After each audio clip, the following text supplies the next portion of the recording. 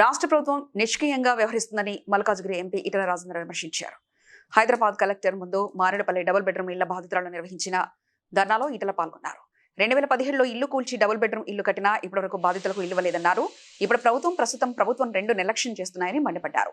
ఇళ్ల కేటాయింపుపై మంత్రులు, అధికారులు స్పందించలేదని ఆగ్రహం వ్యక్తం చేశారు. వెంటనే ఇల్లు ఇవ్వకపోతే తామే స్వాధీనం చేసుకుంటామని ఈటెల హెచ్చరించారు.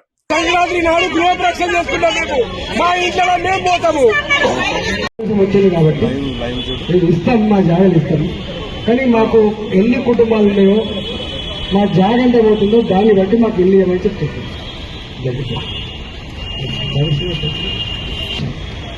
వాళ్ళకి ఇంకొక 49 మందికి ఎంతమంది అమ్మా ఇంకా 149 ఇవ్వాలి. అది అనేది ఉన్నాయి కూడా అది ఖాళీ ఉన్నాయి, వీళ్ళకి ఇవ్వాలి.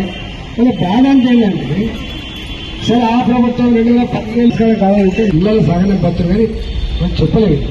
మేమేమంటున్నా చేసేవారు. ఇప్పుడు మేము సిస్టంలో ఉన్నాం, మేము మా చేతుల్లోకి తీసుకోవాలనే బాపతలం కాదు. మేము పేదల కోసం